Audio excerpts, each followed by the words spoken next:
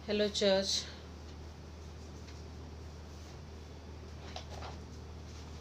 पिछले दिनों में मेरे साथ बहुत ही बुरा हादसा हुआ है और विवेक हमें छोड़कर स्वर्ग में चले गए।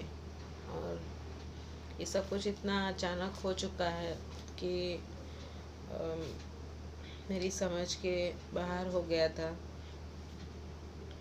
और जैसे अभी विवेक थे और थोड़ी देर के बाद में अब मेरे साथ नहीं है, और मैं इस चीज़ को सहन नहीं कर पा रही थी।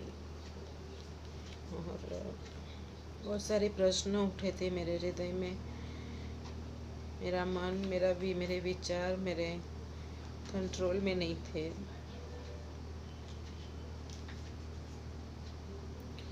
उन दिनों में मैं परमेश्वर के साथ बैठती थी और प्रभु से बातें करती थी और शांति पा रही थी। लेकिन जैसे ही अकेली होती थी फिर से परेशान हो जाती थी। और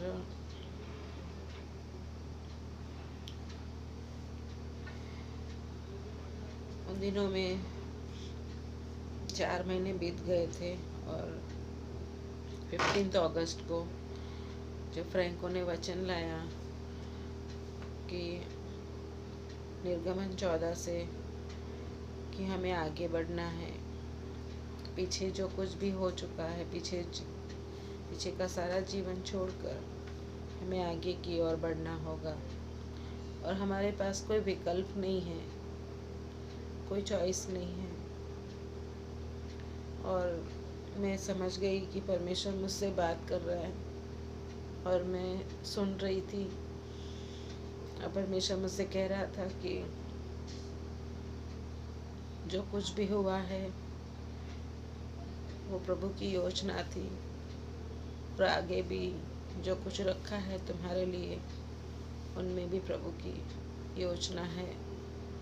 और प्रभु हर बात में आखिर में भलाई लेकर आएगा। और जैसे फ्रैंको बोल रहे थे कि हमारे पास कोई विकल्प नहीं है, यही सृष्टि का नियम है। एक जगह पर रुके रहने में बढ़ोतरी नहीं है। जीवन आगे बढ़ता रहता है और आगे बढ़ते रहना होगा। और परमेश्वर का वचन उस दिन मेरे पास आया और मैं प्रोत्साहित हुई, क्योंकि मैं आगे बढ़ने के लिए बहुत ही संघर्ष कर रही थी। मुझे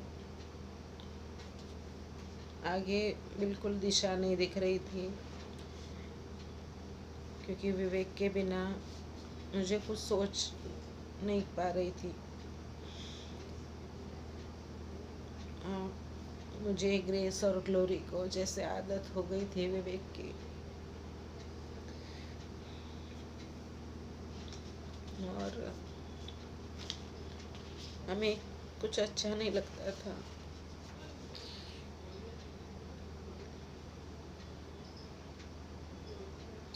जब भी हम खाना लेके बैठते थे तो हमें विवेक की याद आती थी। जब भी हम आराधना करने बैठते थे तो विवेक की याद आती थी। जब हम रात को फैमिली प्रेयर करने बैठते थे, बच्चे परेशान हो गए थे,